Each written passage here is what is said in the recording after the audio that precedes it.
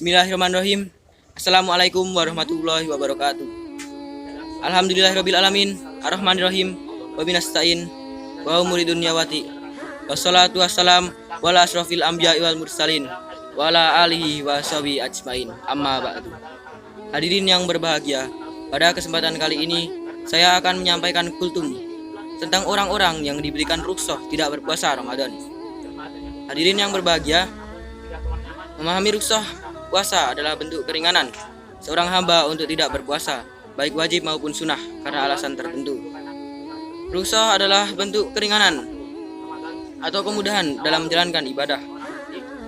Secara bahasa, istilah rukhsah berasal dari kata rahusa, yang artinya adalah kemudahan dan keringanan. Sementara disebutkan dalam lisan Al-Arab, kata rukhsah memiliki banyak makna. Yang pertama adalah dikatakan rahusa al-badanu, yang artinya adalah badan yang lembut sentuhannya. Dan yang kedua adalah dikatakan rahusa as-sai'u rahusan, yang artinya adalah harga barang itu murah. Dan yang terakhir dikatakan rahusa lahu fil amri, yang artinya adalah diizinkan suatu perkara untuknya. Imam Ghazali juga menjelaskan rukhsah adalah suatu yang dibolehkan kepada seorang mu'alaf untuk melakukannya karena uzur atau ketidakmampuannya, padahal sesuatu itu diharamkan. Hadirin yang berbahagia, dijelaskan ada dua bentuk pengganti puasa Ramadan yang mendapat keringanan atau rukhsah puasa. Bentuk pengganti puasa Ramadan sebagai berikut. Yang pertama adalah mengganti dengan puasa qada. Puasa qada dijalankan setelah puasa Ramadan dan sebelum datangnya Ramadan berikutnya. Dan yang kedua adalah dengan membayar fidyah. Membayar fidyah bagi orang yang sama sekali tidak mampu untuk membayar dengan cara mengqada. Siapa saja orang tersebut? Yang pertama adalah orang yang sakit, wanita hamil, wanita menyusui, dan orang yang tidak sempat membayar dengan puasa qada di Ramadan puasa tersebut. Ada 5 golongan orang yang mendapat rukhsah puasa Ramadan. Hal ini ditegaskan oleh Allah Subhanahu wa taala dalam Al-Qur'an surat Al-Baqarah ayat 184. Yang artinya yaitu berapa hari tertentu, maka barang siapa di antara kamu sakit atau dalam perjalanan lalu tidak berpuasa, maka wajib mengganti sebanyak hari yang dia tidak berpuasa itu pada hari-hari yang lain. Dan bagi orang yang berat menjalankannya, maka wajib membayar fidyah, yaitu memberi makan seorang miskin.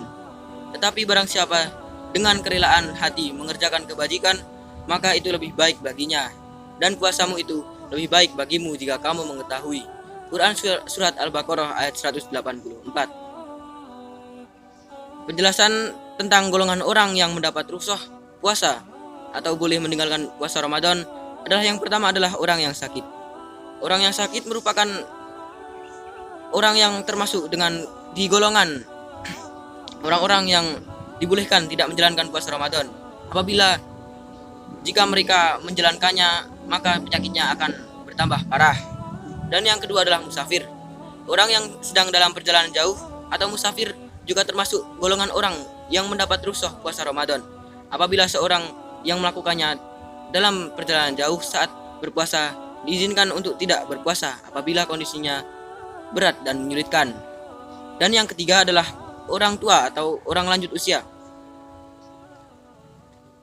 Orang lanjut usia atau lansia atau orang tua tidak mampu menjalankan puasanya dan diberi kelonggaran untuk tidak berpuasa. Sebagai gantinya, orang tersebut diwajibkan untuk membayar fidyah dengan memberi makan fakir miskin setiap kali orang tersebut tidak berpuasa.